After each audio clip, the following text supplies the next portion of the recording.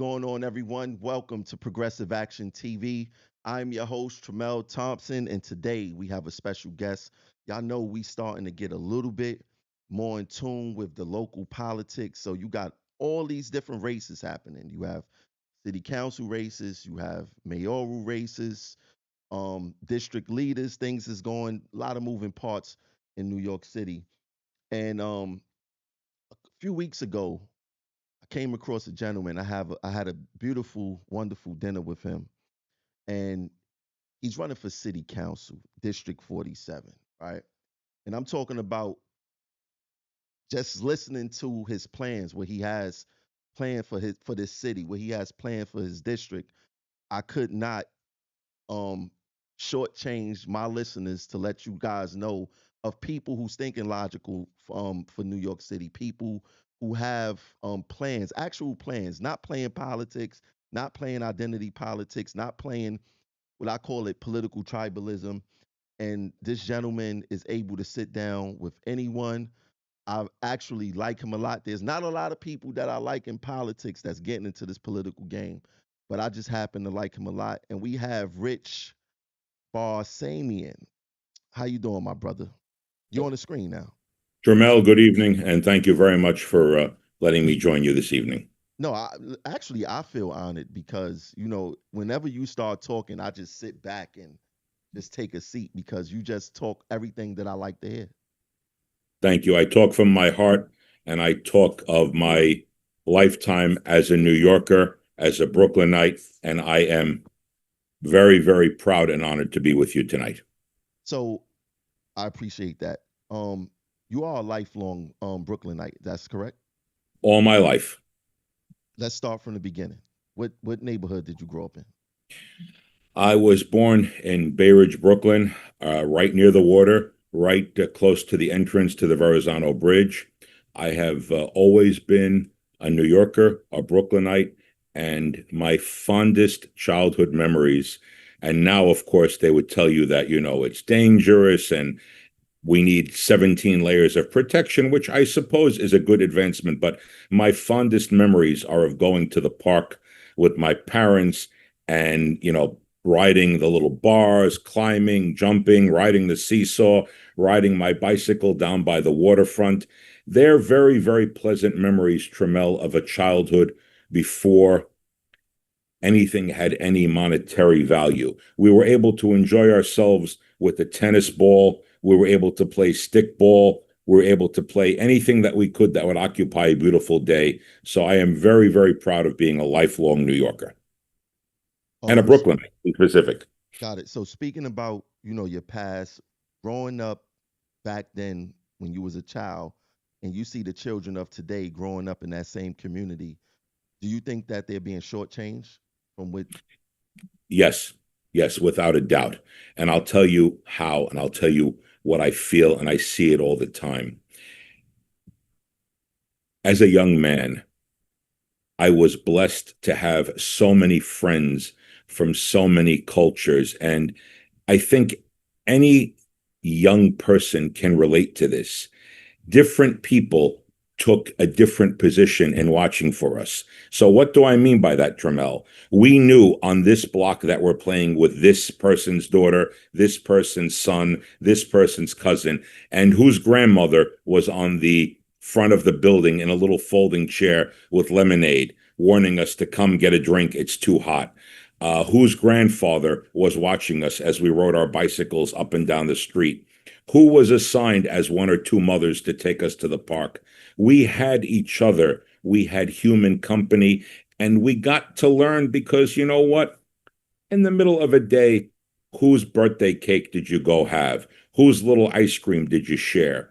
And what I'm concerned with, I feel that today's children are losing the really, really vital importance of human contact, of learning from other people, learning from adults. And why is that happening?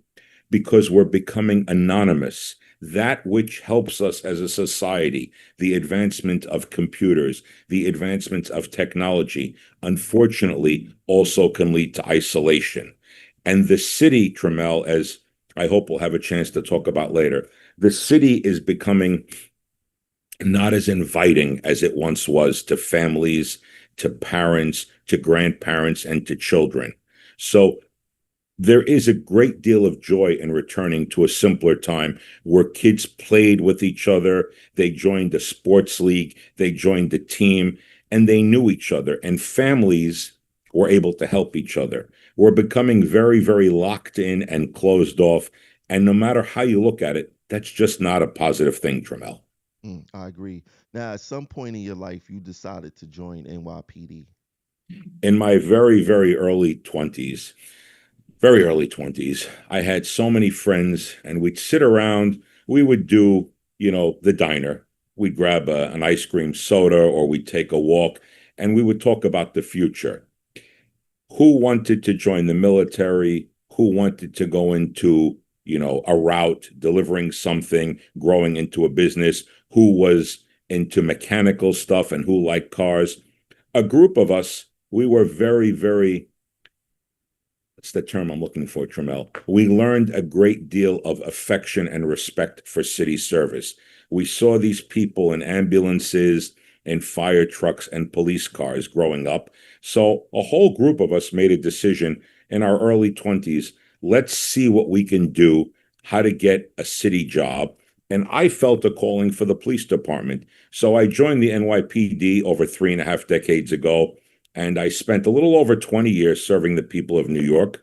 And I have to tell you, Trammell, no matter how difficult moments may have been, no matter how challenging it was, I will never forget the way New Yorkers treated me and the appreciation, especially in the beginning part of my career when I was in uniform everywhere.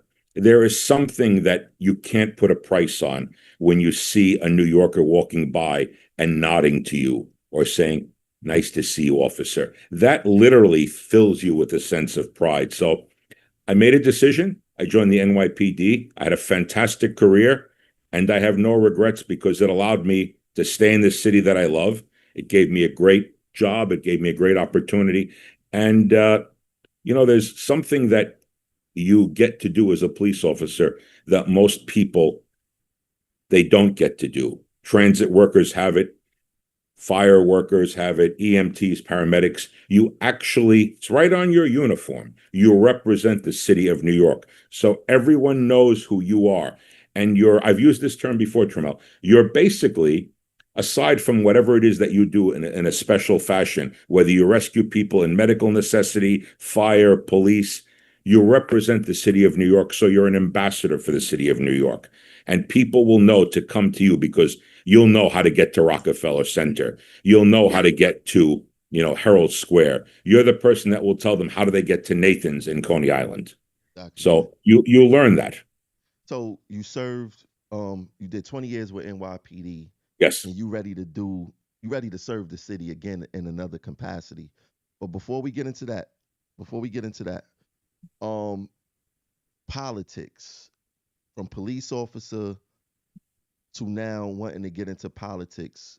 What was the cause for that transition? Right around the time I was leaving the police department or preparing to something else, preparing to move forward in life, I started to see around me the need to get involved.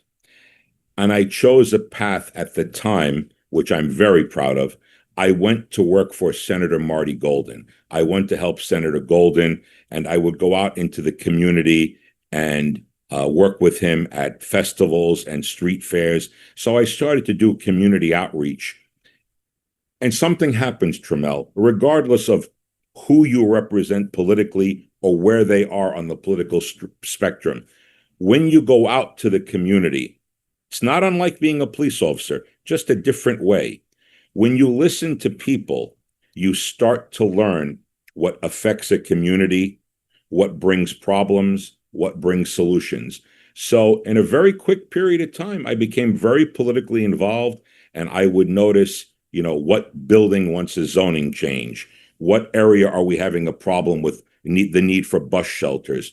What residents of what block need sanitation? You start to learn about the needs of the community.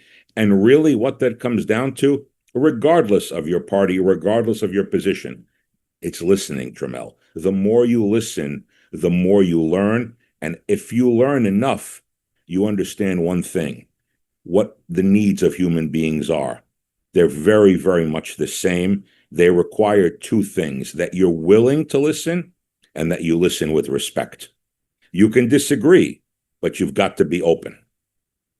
I agree. Now, speaking of parties, behind you in your Yes, nice, propaganda, yes, uh, it says Republican Party.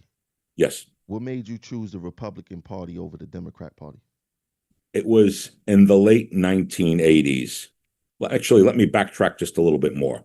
My first time voting was in the late 80s. I joined officially, I signed up as a Republican. And I'll tell you why, because so many of my friends were Democrats, proud Democrats, Union Democrats, people that supported the working class of the city that I grew up in. But something happened and it captured my attention a few years before I was legally allowed to vote. I started to listen to President Ronald Reagan. And I was, whether you agreed with him or not, with his politics at times, there was something you felt. You knew that the man was the president of the United States. And I started to listen to him, and he filled me with a lot of pride because his speeches, his mastery of communication made it clear, I'm the president of the United States. And yes, we're going through financial hard times. Yes, we're going through difficulties in the Middle East. And yes, we are the United States, but sometimes we're not perfectly united. When you hear that and you see that this man is a Republican, it gave me that option to check off the Republican box. So I signed on as a Republican in the 80s, and I've been a Republican ever since, Trammell. That's good. So now today you're running as a Republican, District 47, Yes. City Council. What did you see that was lacking in that community that made you say, I have to run? A couple things happened. I'm not just a Republican endorsed candidate for 47 in Southern Brooklyn, but I'm fortunate to have received the endorsement of the Conservative Party. So the areas that I hope to cover are Coney Island, Seagate, Gravesend, Bath Beach, a small part of Dyker, and Bay Ridge. I have served for almost 2 years as the chairman of the Republican Party, Trammell, in Brooklyn.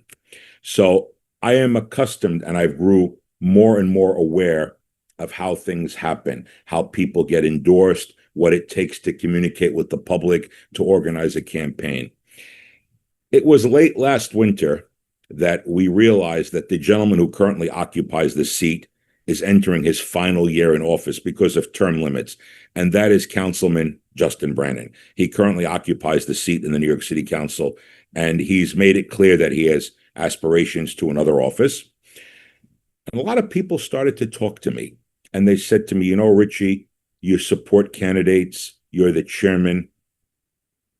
We like the way you talk. We like the way you think. And of course, that's an honor. When someone says something nice, someone says something polite to you, you take that and it fills you with a very positive sense, Trammell. But I said, thank you. They said, you know what? Please run for office. I said, that's an enormous compliment. Thank you. And I learned that what I believed, what was in my heart, what is in my heart this very minute, was the right avenue to go down, the right track to go down. I don't attack other people, Trammell. I don't talk about other people's negatives. What I talk about is what I hope to do, what I wish to do. And I try to unite people. It's part of my platform. It's part of what I believe. So other people go to extreme corners. They go to the Republican corner, the Democrat corner, the liberal corner, the conservative corner. My history is never one of doing that. I am open to Democrats. I'm open to ideas, but I'm not open to irresponsible thinking or irresponsible legislation that puts people in danger. But I'm always open to conversation. So just at the end of last year, some friends sat down with me And one of them, Trammell, was Curtis Sliwa, the founder of the Guardian Angels, and Senator Marty Golden. And they both said to me, very, very direct and strong way, Richie, we really, really want you to consider running for city council. I said, we want you to do this. You know the neighborhood. Now, I had been involved in politics for well over a decade at that point. I knew the communities that are part of the 47th Council District. So Curtis Sliwa said something to me, and I've got to tell you, for a man who decided 47 years ago to take into his own hands the security of the people of the city of New York, to try his best to create the Guardian Angels and to protect those in the subway. He said something to me, and I hope he doesn't get mad at me for sharing this. He put his hand on my shoulder and he said, Richie, people like you. They listen to you, and you're telling them what you feel. And even those who disagree with you, you talk to them. And I said, Curtis, of course, because I like people. I don't have to agree with everything they say, but if I walk away and we have some agreement, I've done something, they've done something. He said to me, Richie, I'm behind you. I want to run for mayor, and I want you to run for city council. I said, Curtis, thank you. A couple of days later, it was literally me sitting in a chair, Trammell. And I just said to myself, I said, you know what? It's time. I gave it a lot of thinking, and I called up the parties and I said, I'm interested in running for city council. It brought us to where we are today. I was fortunate to receive the endorsement of the parties. I was fortunate to this day to get a great, great deal of support from people from other parties who like my approach to centrist common sense, who like my pro-New Yorker philosophy. And I made it clear to them, and Curtis knew this, that I had always been a public servant as a member of the department. I'd always been the type of person to try to help people. Why not take this to the city council to join the legislative body that creates law, to put me in a position to help people more and to possibly reroute things that may not benefit New Yorkers, Trammell. So I came out, I got the endorsement, I did some media interviews, and the support has been spectacular. I'm very, very grateful for wherever this goes. I am indebted to the Brooklynites who have reached out to me and helped guide me to what matters to them, what matters to their children, what matters to their families. We'll talk about it later if you don't mind. For instance, since I said yes to this and I was blessed with a dual endorsement, a dual nomination, I've heard so much about the proposed casino in Coney Island. I have been inundated by so many people stopping me to talk to me about it. And I've listened to the people on that issue, and I am very, very well aware that it's not something that the people of Coney Island want, Trammell. It's not something they want for their future, for their families, or in the peninsula of Coney Island. It's not part of their life. What's your personal opinion? My personal opinion, I'll ask you this question. Why are we looking to take over a community, a residential community with a casino? A, there are limited entry and exit points to the peninsula of Coney Island. So in the event of any type of emergency, Trammell, to evacuate that casino, to evacuate the people there, whether they're gambling, having dinner, or seeing a show, would add a frighteningly dangerous burden. B, in a non-emergency situation, the traffic would be paralyzing. You do not have enough infrastructure support. It would add an incredible burden. And here's the ultimate fear, realistic fear, grounded fear of what I'm hearing. The community of Coney Island, the people that live there year-round, they don't want to be known for just the cyclone and hot dogs, Trammell. These are family members. These are grandparents, grandchildren, parents. These are people that are New Yorkers. They want an investment in their community. They want schools. They want vocational schools. They want an opportunity to have a restored boardwalk, not one where they fear what plank is creaking and breaking. They want added investment in their transportation system. The people have spoken, and when you want to be a public servant or you are one already, what is that definition? You're there to serve the public, to listen to what they want. Overwhelming negative reaction to the casino because of the reduction in quality of life, the crime it would bring, the congestion it would bring. And as human beings, we know the invitation to become a financial disaster for people would be something that is unbelievably close and could be disruptive. And I ask this question, I just spoke about this a couple of weeks ago at a forum, Tramel. Has anyone you know turned around and said to you, no offense to the people of New Jersey, none ever intended, no offense to the people of Atlantic City or Atlantic County, but with those casinos came to Atlantic City several decades ago, did the surrounding area benefit? Did it improve their quality of life? Did it give them an enhanced opportunity for a job, for a future, for a better way for their family? And the answer is no.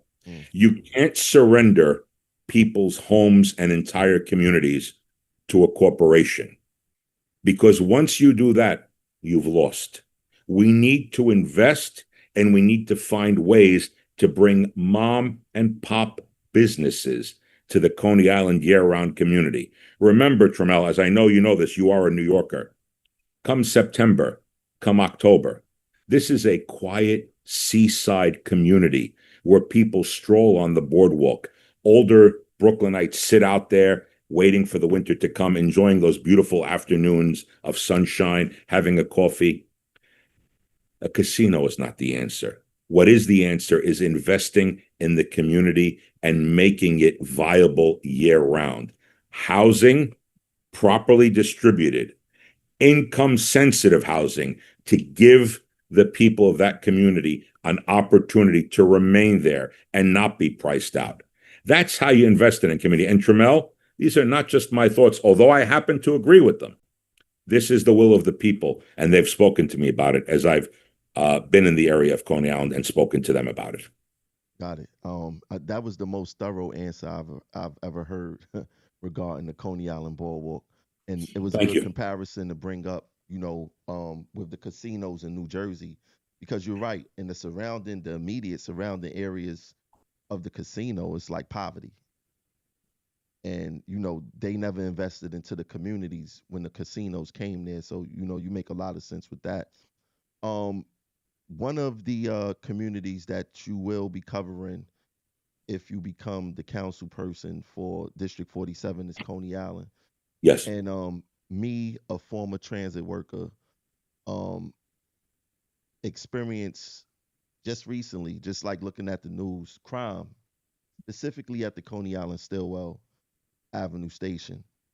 And I know that you had pledged to increase police funding in your district. Is that Yes. correct? Um, what what 100%. what are you looking to accomplish by increasing police funding in your district? Thank you, by the way. Nothing in life that is a problem can be solved without first identifying what the problem is. So we can't have a conversation where we discuss words that are wrong, that are misleading, like it's a perception of crime. It's not a perception of crime, Tramel, when people are afraid at night on the subway.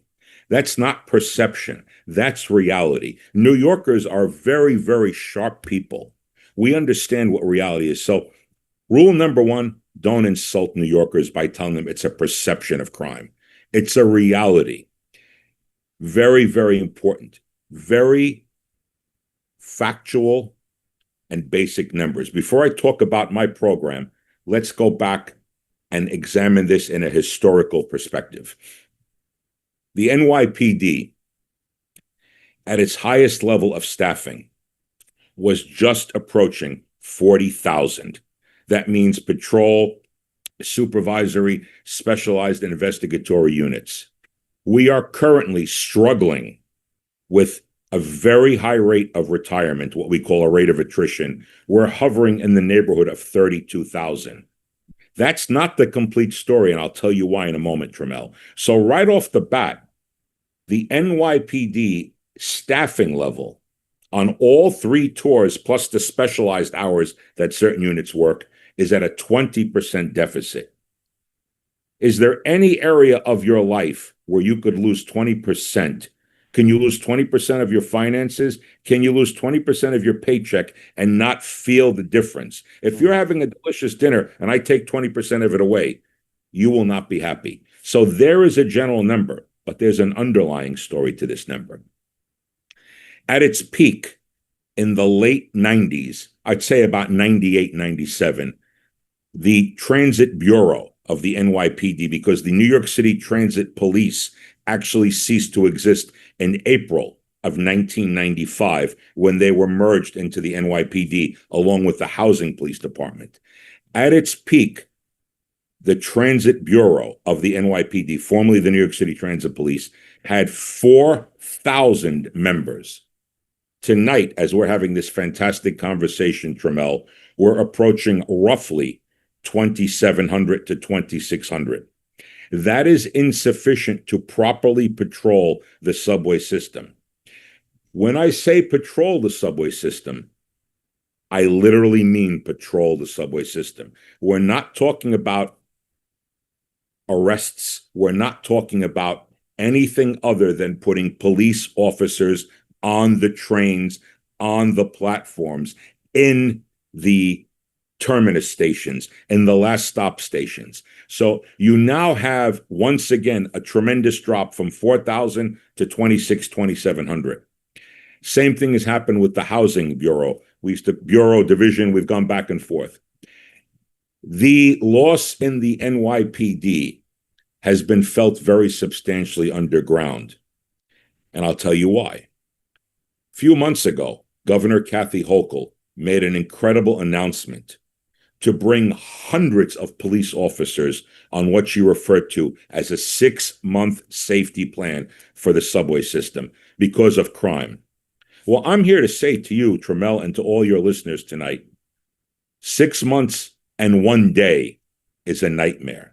We need immediately to hire, as a start, just as a start, 5,000 police officers.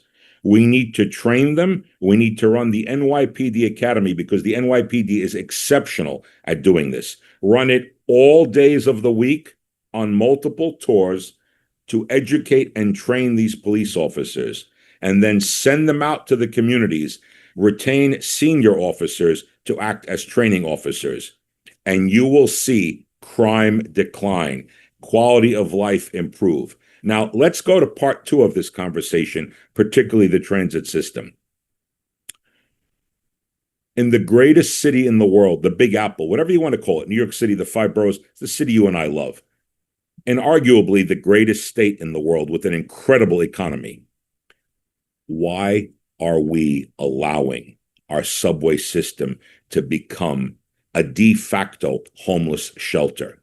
These people need assistance. They're suffering a mental health crisis and a medical crisis. We don't need to arrest them, but we need to provide them with proper shelter. We can't allow individuals to place themselves in danger to take over a car of the northbound Q train and make it their living room. We can't allow the subway to become the bathroom of those who are in distress. We can't allow them to fall asleep on the benches on the island platforms, because what happens? We're not just helping them. We're not here to make it look better for the public, but an individual suffering a mental health crisis who is now homeless, who is now in distress, who has lost hope, who may very well be afflicted with an illness so severe that they might be hearing voices. They are an inviting target for someone else who is not well because they're asleep. They're living in the system. They are at a very critical moment of their life where they need intervention. And we see this constantly.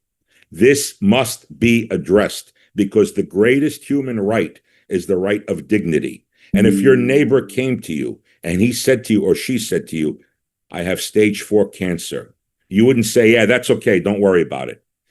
Illness requires assistance. Homelessness is not just a housing problem.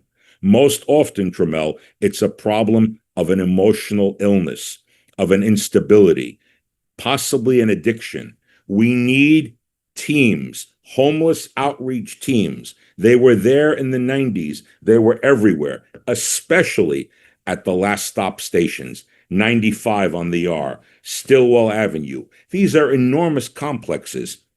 It's tragic, and I don't feel good talking about it, but it's so powerful and so sad that it must be mentioned. Why was a woman who is no longer with us set on fire in December at Stillwell Avenue? Why has that station repeatedly been the focus of aggressive multi-perpetrator gang assaults? Why are transit workers who literally make our city run northbound and southbound being attacked, slashed, assaulted? Why last Tuesday was a young conductor on a train at Whitlock Avenue in the Bronx slashed viciously by someone who unprovoked attack? Why are bus operators continually being assaulted? And the answer is not that the finest aren't doing their job, but we need appropriate staffing to help the public and to help our transit workers. Because if our transit workers are under attack, we're not going anywhere. There is no northbound. There is no southbound. I want to ask you this because earlier in the conversation you said that city council helped Yes. create laws. Yes. What's your position on bail reform? Bail reform is something that originated in the state. In order for me to talk about this, I've got to take an extra second to illustrate how the pendulum can sometimes swing from what is proper and fair to what becomes irresponsible. Bail reform came about, and rightfully so, because of those sad, tragic cases where a young individual did something that wasn't legally correct, that wasn't right. I'll illustrate it by using an example that I'm making up, but it has happened, Trammell. Young individual does something stupid. They go into a store, male, female, doesn't matter. Their age doesn't matter, but they're young. They shoplift.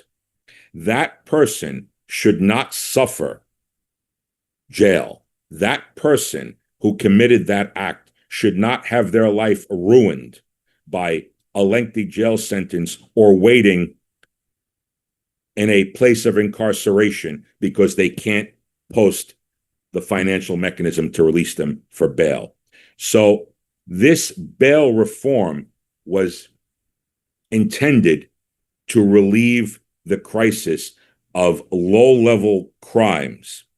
It was never intended to put on our streets heavy-duty criminals, recidivists, repeat offenders.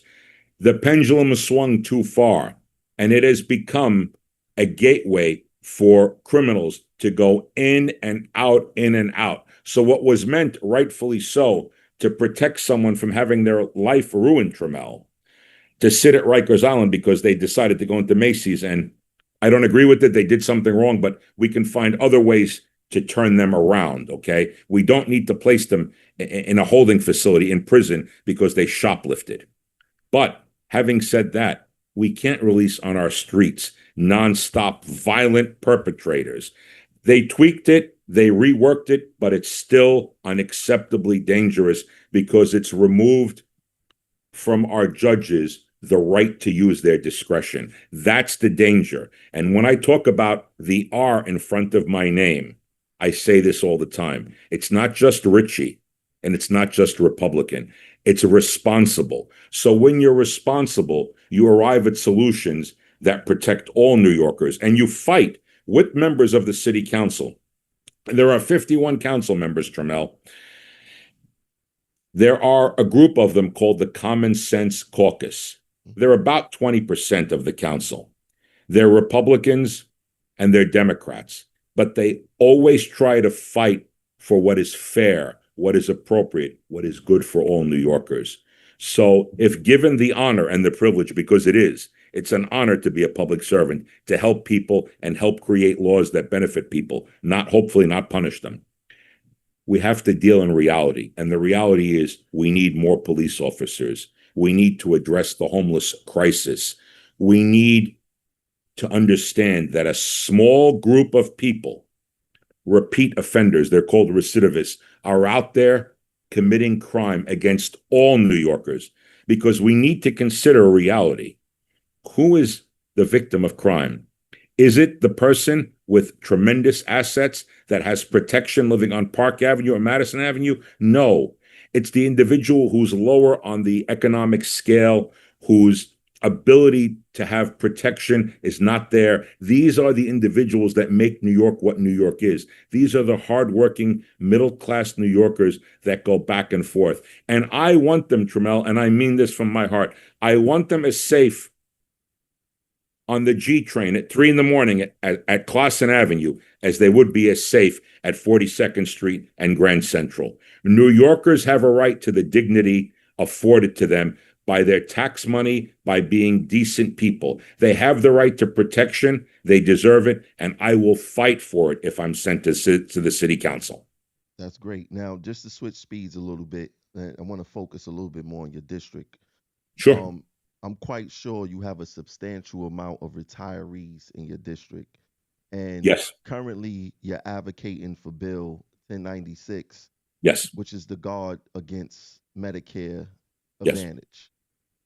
Can you let the seniors in your district know more on your regarding your stance on that? In March, I released a statement. You can find it if you go to my website, RB like Richie Barsamian, RB for FOR NYC. And you will see that back in March, I put out a position piece, a statement indicating that I will 100% support City Council Bill 1096. So what is that bill? That bill would codify and place into law the protection that all municipal retirees would have when they hit age 65, that they would be entitled to receive traditional Medicare that Americans are entitled to, that New Yorkers are entitled to, and they would no longer be forced into a program called Medicare Advantage, which I like to call, Trammell, because it's the truth, Medicare Disadvantage. And what is Medicare Advantage? It's a private corporation, a privately operated program that creates an additional dangerous layer between you and your medical provider. It is a layer that could take you months to get a diagnostic exam. It is an additional layer where you would be turned down for a multitude of procedures or tests that you would not be turned down with traditional Medicare, that the city had guaranteed to supplement and support all municipal retirees. And this agreement, this promise, if you will, was something given to all municipal workers, starting with the Lindsay administration over 60 years ago. So now you have those over 65 that retired from city employment. Some of them, by the way, Trammell, worked in very, very low-paying positions and did it for decades, not because of their desire to accumulate wealth, but because they invested in the city and made our lives better, because they knew one day they would retire and at least have the comfort in their golden years and the stability of what they were promised, which is health insurance supplemented by the city of New York and access to traditional Medicare.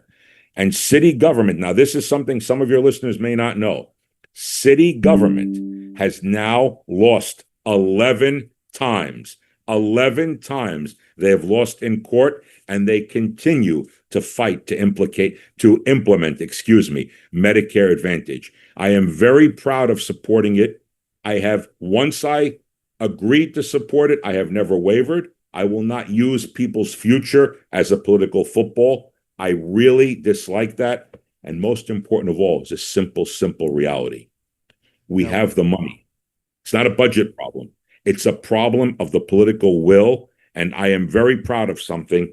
The Municipal Retirees Association has endorsed my campaign. They've given me their seal of approval because they understand that I represent fairness, and I will sign on to 1096 to guarantee their right to traditional Medicare, which works very well, Trammell.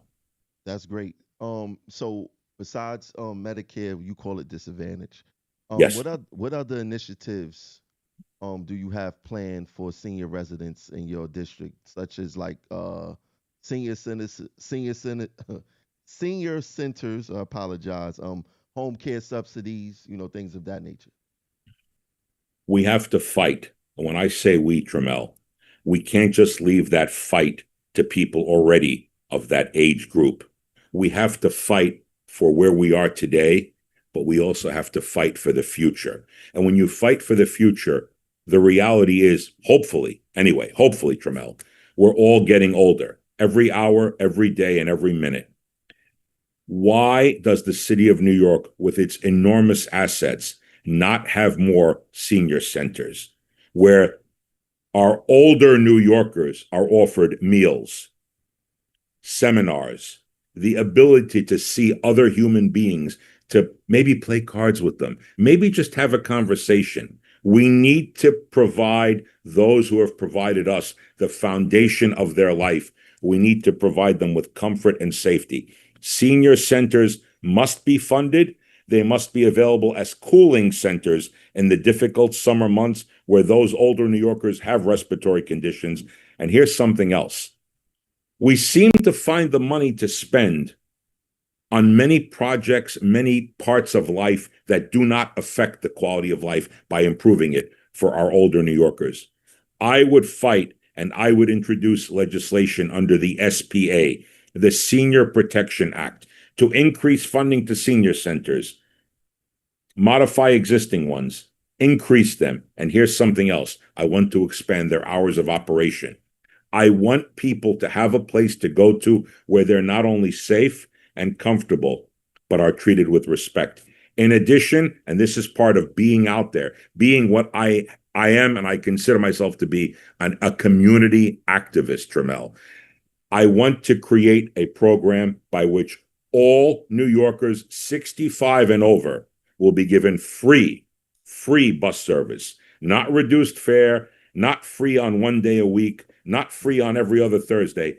Those 65 and older must be given the opportunity for free, no-charge bus service. Why do I say that? Because people have spoken to me that are senior New Yorkers, especially in the naturally occurring retirement communities like Diker, like Bath Beach, like Bay Ridge. And they said to me, Richie, we're not comfortable, even if there's elevators, with going downstairs, with all the stairs, but we like buses. Can you imagine the economic benefit in transporting older New Yorkers to visit their friends, to visit their family, to take the B4, the B1, the B37, the B63? Can you imagine bringing people that meet for coffee once or twice a week? Boom, there goes our local little coffee shop. They have more business. Boom, there goes them spending money in a little place. More people, more customers, more people experiencing New York means make safer streets, safer communities, fair communities. And when people say, do we have the money for this? I say, of course we do. There's always a way to work with the MTA, just like we provide transportation for students. Do we ignore those 65 and older? No, they deserve complimentary, free, no-charge bus service, and it would be something that would ignite the economic engine of New York City. Now, I feel like you're in a very important district because your district, like you, they trying to put casinos there. Specifically speaking, Bay Ridge and Coney Island, they facing a rising cost of living Yes. in those districts, right? So, what policies would you introduce to make sure that these communities stay affordable, especially for working families? The backbone of New York City are the middle class. Those people that walk their kids to school and then go to the job that keeps New York City thriving. So here's my answer. There was a time when we were able to produce by a state program called Mitchell Lama. We were able to produce beautiful, safe, and secure income sensitive housing. We can do it again, but it takes a strong voice and advocate for a partnership between the private sector and the public sector. But I am pushing for the honor of being a city councilman. But here's the advantage. I will push the right buttons to work with our elected officials in the New York State Assembly and the New York State Senate. And I will find out where we can and how we can. Now, just to examine the city of New York, the 5 boroughs, how much empty city space do we have? How many former factory and production sites do we have, Trammell? We have the location. We have the physical capacity. We need the will politically and economically to turn those areas that are now left alone. I don't like to use the word abandoned, but ignored. We revitalize a neighborhood and we guarantee income sensitive housing, because what that does, it removes the fear from people. You want to build $1 million condos? No problem. I'm all for it. But every piece of every structure in the city of New York must have set aside in dignity and in respect, Trammell, an opportunity for people at such and such income level. We need families to stay in the city of New York. Rent stabilization is not the answer. There's no problem with it. But the answer is we have to find a fair and equitable way that property has enough income to maintain itself while giving a percentage of that property to provide accessibility. We don't want to choke landlords, and we don't want to surrender our city.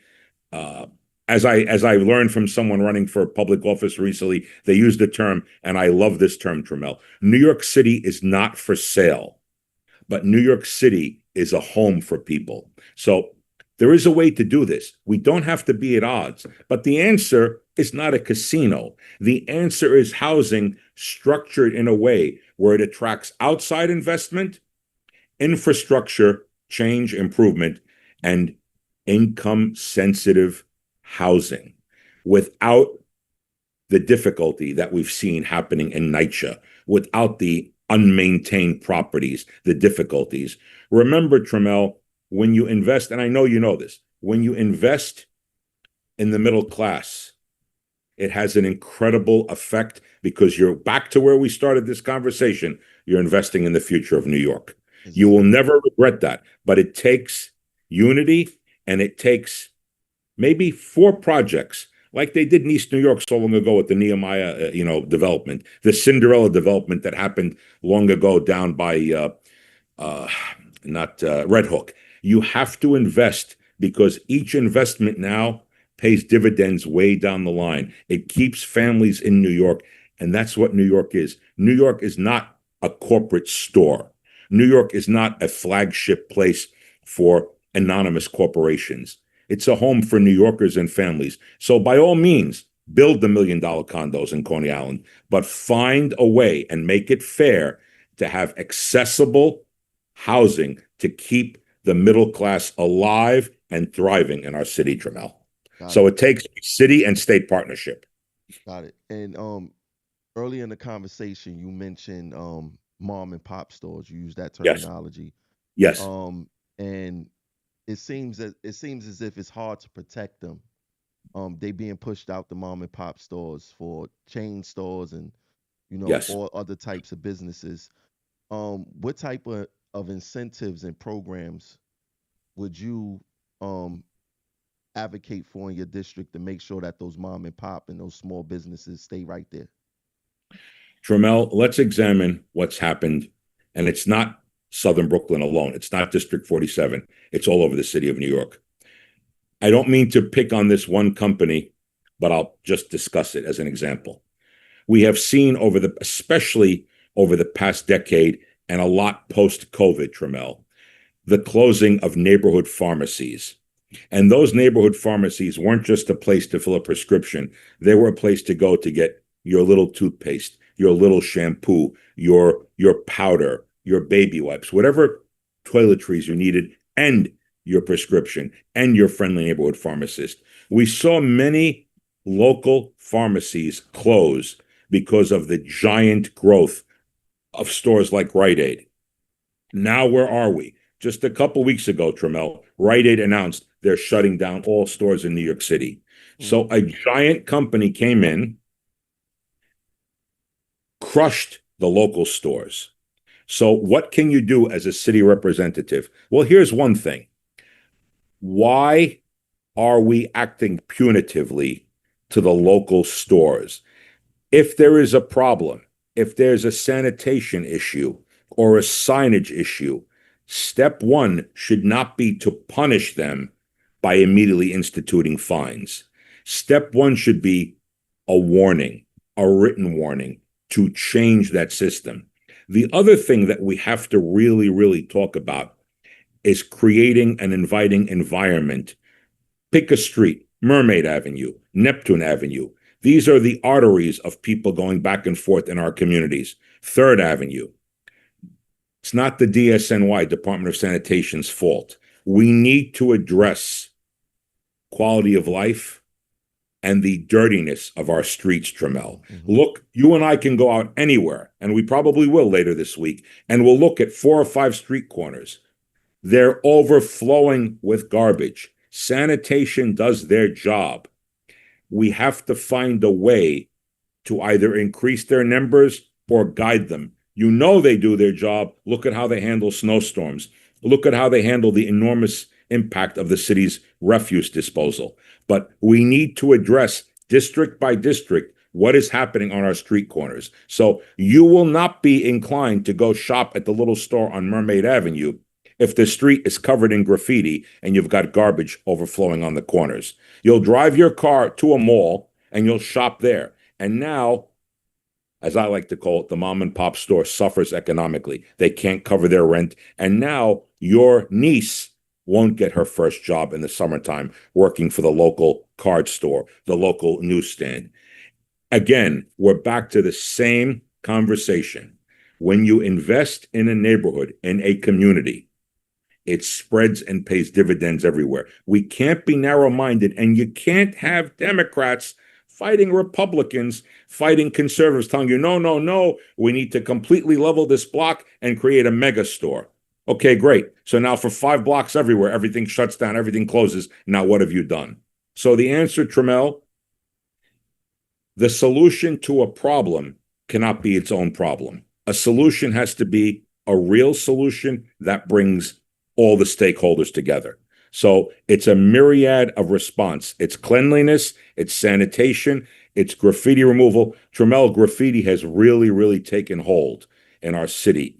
And it is very uninviting.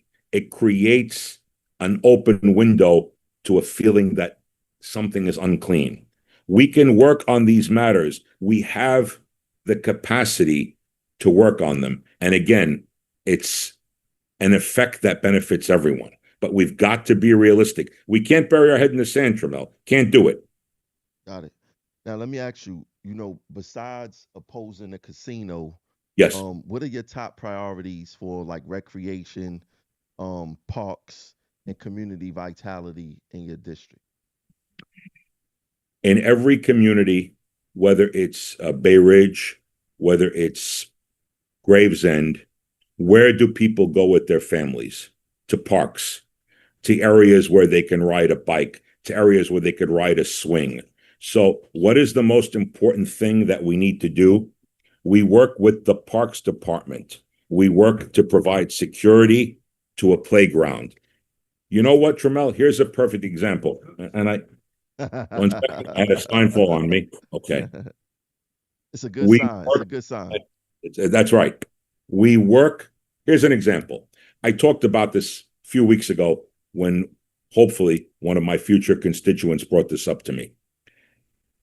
We can create, as I would for senior centers or senior communities, older communities, we can create hours where there is a police officer. It may not be the full police officer of a precinct. It may be a member of the auxiliary force. Nonetheless, with communication within the precinct, we can create hours Let's say there is a park on Neptune Avenue. There is. Let's say there's a park. There's a beautiful park right outside Seagate. We can find a way when we have proper staffing in the NYPD, when we have proper staffing in the Parks Department, we can find a way to say, and the community must be aware of this.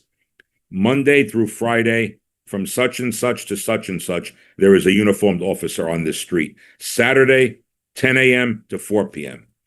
When you provide safety, people come out. What is that, Trammell, that movie from 20, 30 years ago? There was some expression, if you build it, they will come. Yeah. Mm-hmm. So let's build it, but let's build it with common sense. So what matters to people is a place to go, a bench that's clean, using a bus that works on schedule to come, allowing people to be in a park without the fear of drug paraphernalia or needles in the playground, without the fear that that park is now a fabricated toilet for those in need. We have to bring civility back, and that requires a little bit of security, Trammell. Mm-hmm. So families come out with their kids. So we went back to this in the beginning of the conversation. It's all about families. It's about the future of New York. It's about children. So I would push very hard with the precincts in 47, the 6-0, the 6-8, the 6-2, Transit District 34, the Housing PSA, to create hours where there will be someone present at these locations. But the commanding officers of these precincts cannot provide for public safety if they don't have the staffing levels. You can't protect the public when you're responding to one emergency after another. Mm-hmm. You know, it's very, very simple. In transit terminology, if one train starts to run late, if a train is stuck at a station because of an emergency, it backs up. It's a domino effect, Trammell. It backs all the way down the line. Well, the same thing happens in the police department in a matter of public safety, public security. If you don't have the ability to address a crisis at this level because you're always putting out fire after fire after fire, then the corner park or the school dismissal time may not have on the way to the transit station that's closest to XYZ school, may not have a uniformed officer on patrol. So there are things we can do to improve the quality of life in a community, and you have to bring a destination into that community. Parks is one perfect example, to work with them to increase funding. Another example, funding after-school programs.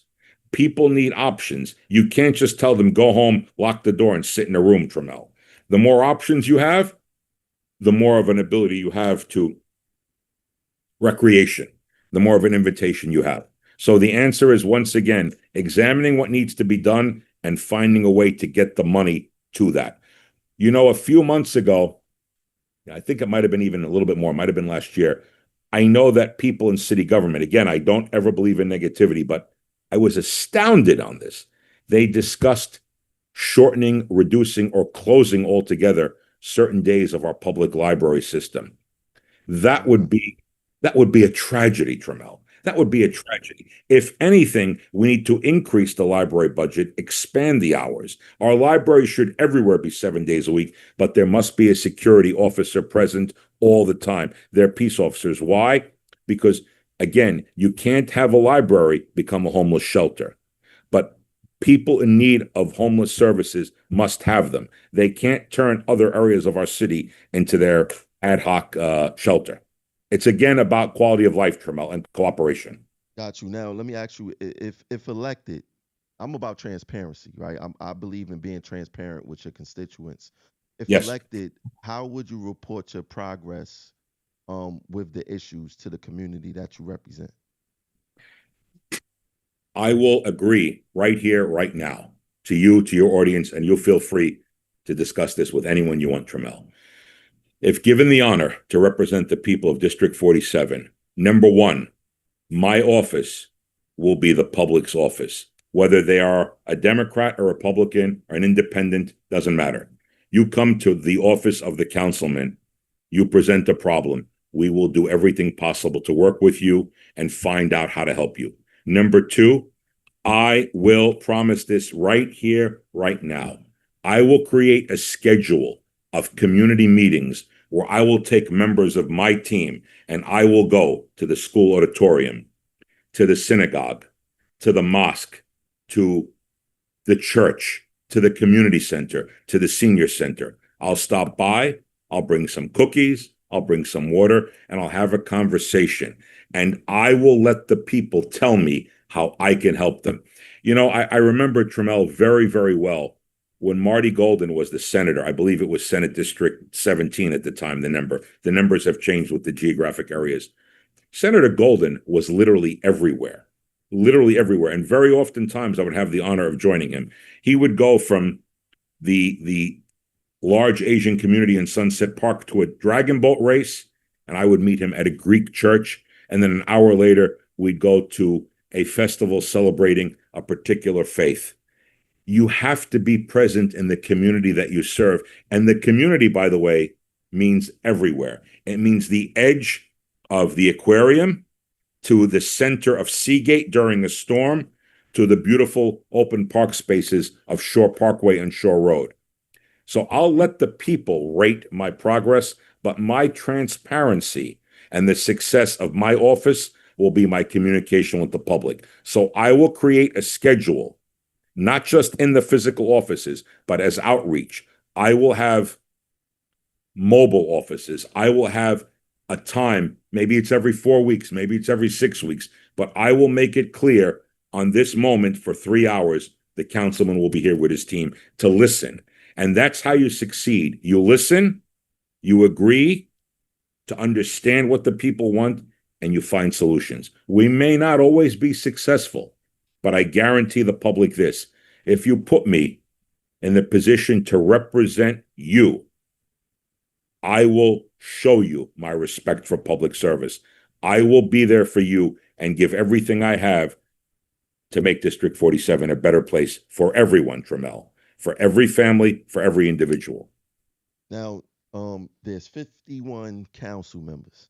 That means Yes. that if you're elected, you have to work with 50 other people. Yes. How do you plan to do that and bridge the gap and go across the aisle with people who's not a part of your party? Because my experience with politics have been, I call it political tribalism once again.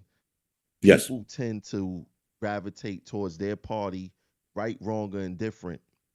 How would you hold your party accountable when something isn't right? There is a very, very old ancient expression. I don't want to simplify it, but I'll say this as the opening to my thoughts. Where there is a will, Trammell, there is a way. And the way in the New York City Council is to be willing to cooperate. It's not this or that. You can find détente, you can find common ground. Now let's examine the numbers. There are 51 council members. The majority, overwhelming majority, are Democrats, but there is an opening. There's a pathway to success. You have a few Republicans, 6, 7. You elect more, their numbers grow. There already is something called the Common Sense Caucus, where Democrats vote with certain Republicans. They find legislation to work on together. As the numbers of the Common Sense Caucus grows, you're looking at a 20% voting block. So the reality of numbers, the arithmetic of numbers tells you if people get together, they have strength. And when you add common sense to that, I will work very, very hard to do that. If I have this honor again, Trammell, I want to be known as the quality of life councilman. I want to be known as the person of public safety. I want to be known as the person that listens and does. I may not win every battle, but the people of District 47 will say, the big guy and his booming voice, he went out there and he fought for us. Fighting for the people doesn't mean fighting with other members of the council, but it means standing your ground and trying to work with the speaker and other members. So here's a perfect example. The Boardwalk in Coney Island. This covers a gigantic area. It goes from the end of Seagate well into Brighton. couple different representatives involved there on the city and state level. That boardwalk should never, ever be, even in the slightest way, in a state of disrepair. That boardwalk should be pristine. Why? It's not just because I love looking at the parachute jump. It's not just because I love the sound of the swaying of the wooden roller coaster known as the Cyclone. It's because it is a pearl.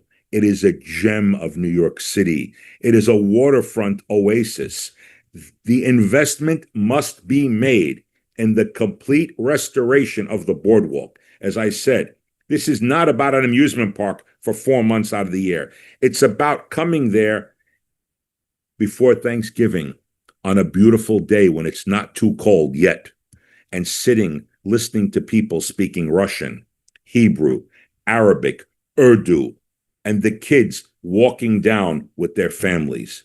It's not always about those couple of months where people practice getting a suntan. It's about investing. So here is how it works. When you work on something and you build something, you create something for everyone. That is the key. So you find what they want and you bring the dollars back to your community by compromise, not selling the community, not putting the community for sale, and certainly never, ever, ever putting the needs of lobbyists or their deep pockets over the needs of the community. Now, if you talk to me about a project and I hold public hearings and people tell me how good this is, my first question will be, what will it do for you? What will it bring to the community? And if the answer is substantial, if the answer is yes, then we work toward the end. But the end of every conversation must not be dollars and cents. It must be, what is the investment for the community and how can it benefit the whole community? Don't just tell me about one block where you'll build a massive 5-story parking lot. And okay, now what about the boardwalk? What about the bus shelters that need repair? What about the collapsing ceiling of Stillwell Avenue? What about birds who are not in a position where they're safe but have to travel? What about infestation? What about parks that are overrun with rats, Trammell?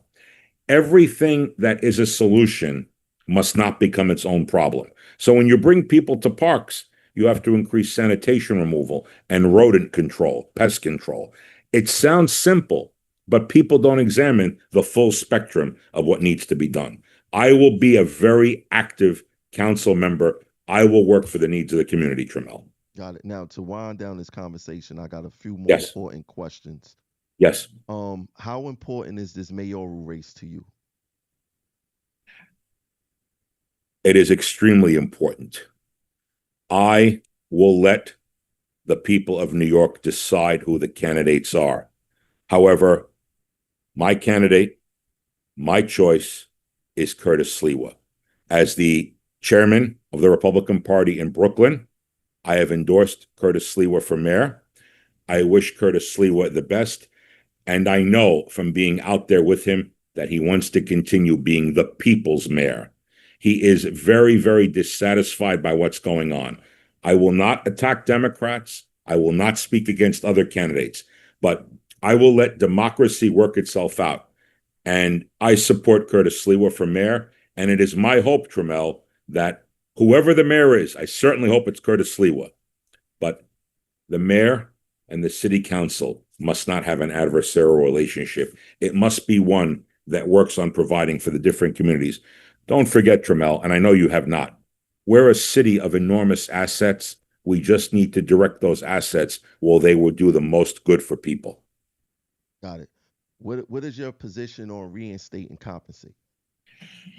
Wonderful question. Thank you very much. It's part of my platform. It is absolutely, positively a matter of a human right and human dignity. The city of New York must, there is no variation, reinstate and compensate those individuals who were fired, those nurses, those teachers, those people doing a great job that made a decision for their own health not to take the vaccination. When exceptions were made for sports stars, when exceptions were made for people of great wealth, how dare this city punish our municipal workers, I don't know the numbers. I think there's a few hundred of them, but we're now at almost 4 years, Trammell. It is a personal decision. You've got to honor and respect those people and find a way to reinstate and compensate. When we did that, Trammell, it hurt me deeply, and I'll tell you why, if I may, very, very briefly.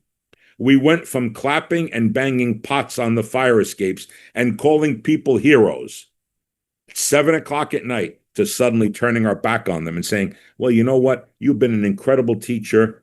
You've been working so hard. Your lesson plans, your work, you're just a person of compassionate professionalism. You're fired.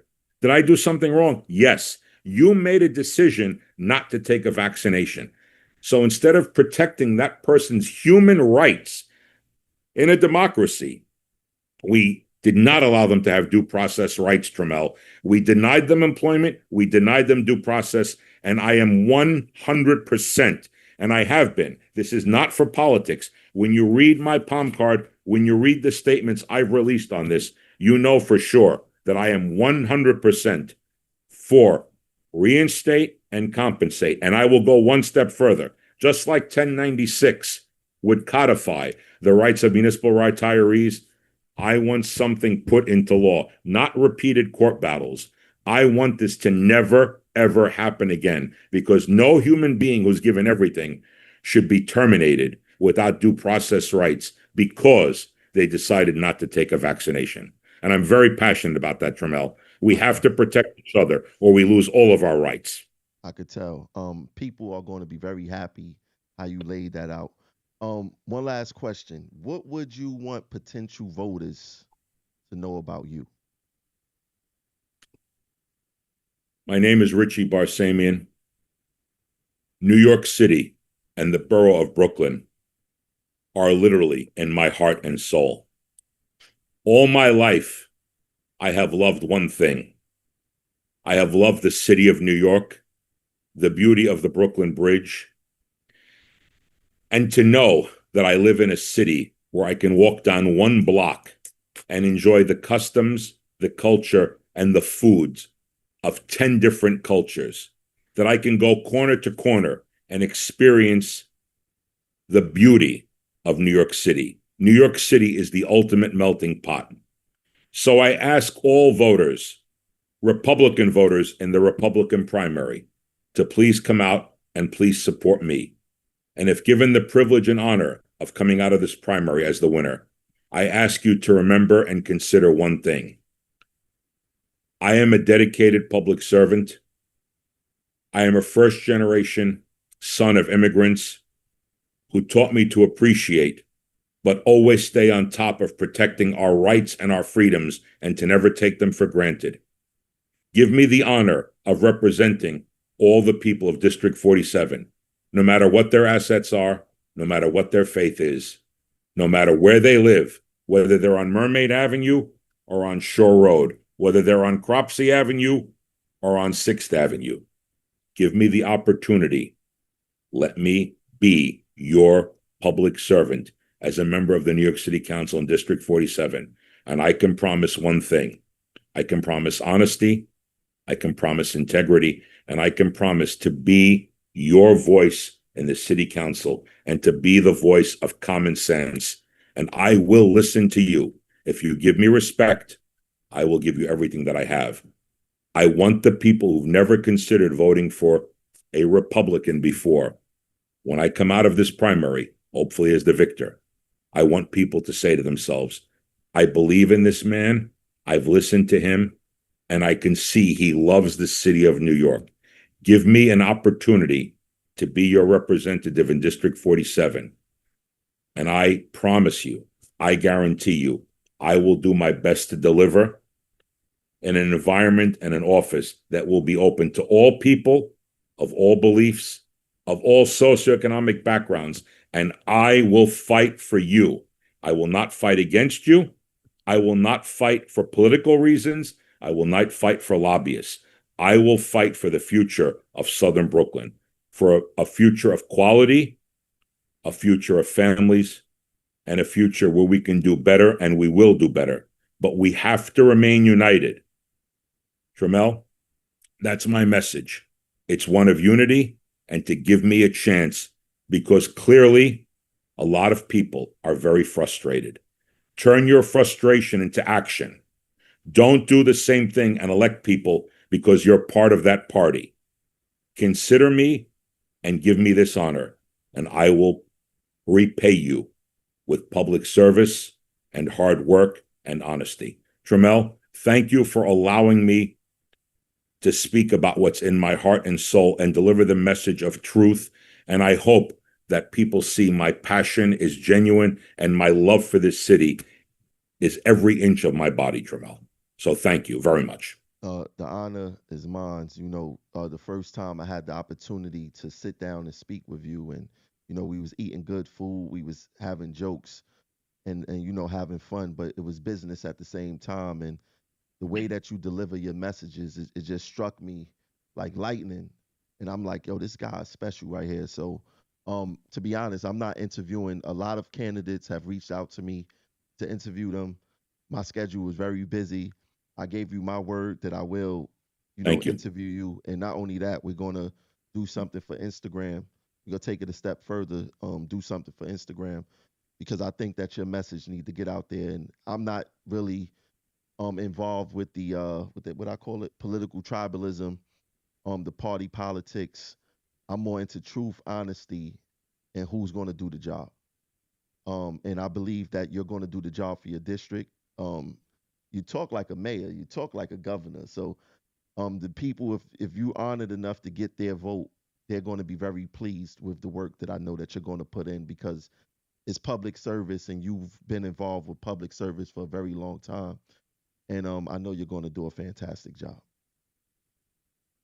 Tramel, can I ask you for one very special favor, please? Whatever you want. Thank you. No matter where this goes, whether I win, no matter where I go, no matter how far I go, I am honored to know you. I am really, really honored at your incredible, gentlemanly, fair approach to giving me an opportunity to speak and to speak what I know is the truth. I would ask you one thing. Wherever this goes, wherever I go, please remain close to me so I may have access to your thoughts and your feelings, because it's very, very clear to me that you're a person of passion and integrity also. And I know no matter what the venue is, I know that we can do good things together that will help everyone in New York. And I want to be with you, and I want you to be with me, Tramel. So let us stay close together for all good. Got my word on that.